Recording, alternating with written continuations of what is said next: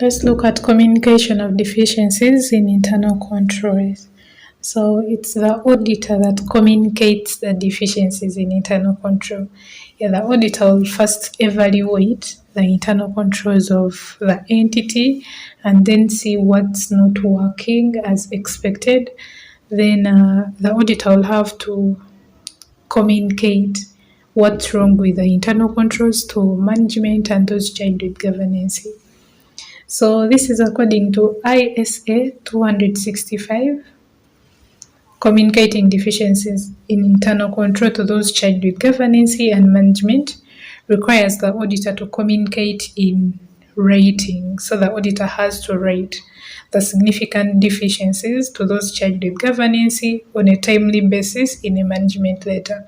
So the auditor has to rate a letter including the deficiencies in internal control, and then send that letter or give that letter to management and those charged with governance in time. Yeah, so that they can see whether to correct or not. So let's look at a deficiency.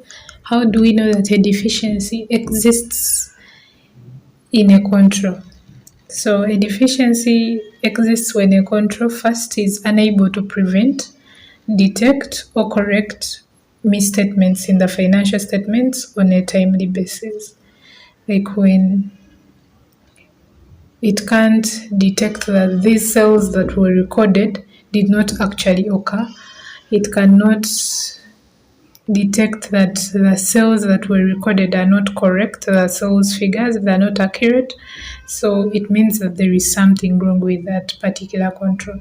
So a deficiency exists when the control is unable to prevent, detect, or correct misstatements in the financial statements on a timely basis. Secondly, a deficiency exists when there is a missing significant control that is supposed to detect, prevent, or correct misstatements when a significant control is missing. For example, if there is no segregation of duties, that means that there is a deficiency in internal controls.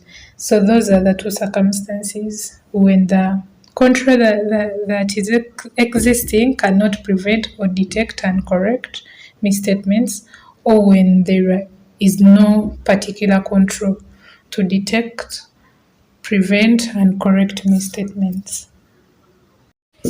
Let's look at a significant deficiency. A significant deficiency is an important deficiency that should be reported to those charged with governance, and management. And examples of significant deficiencies we have, first is deficiencies that are capable of causing material misstatements in the financial statements. Then deficiencies that can cause loss or fraud. Then where there is high subjectivity and where transactions are complex. Then another significant deficiency is whereby that deficiency is capable of affecting big financial statement amounts.